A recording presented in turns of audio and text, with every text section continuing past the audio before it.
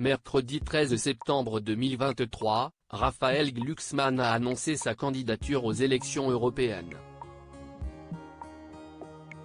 Une situation qui a poussé les employeurs de Léa Salamé à prendre des décisions importantes, comme le rapporte Le Parisien, le même jour. Comme il l'avait été en 2019, Raphaël Glucksmann sera une nouvelle fois candidat lors des prochaines élections européennes. Le politicien en a fait l'annonce dans les colonnes de l'Op, mercredi 13 septembre 2023. L'élection aura lieu le 9 juin 2024. Pour rappel, son mouvement Place Publique avait obtenu 6,19% des voix et 6 sièges au Parlement européen.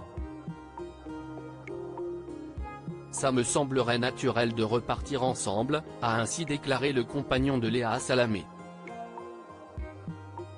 Mais une telle décision a de lourdes répercussions sur la journaliste.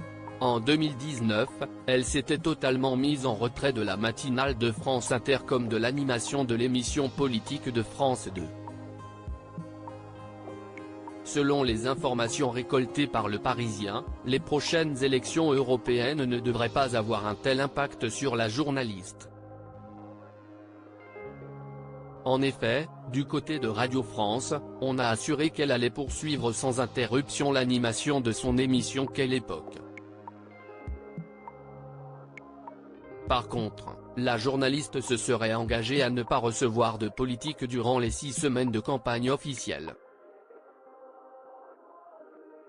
Sur la matinale de France Inter, il sera par contre impossible de ne pas faire parler les personnalités politiques durant cette période. Léa Salamé ne fera pas d'interview politique dans la matinale durant la campagne officielle en mai 2024. C'est un souhait de sa part pour protéger la chaîne, a simplement indiqué la station.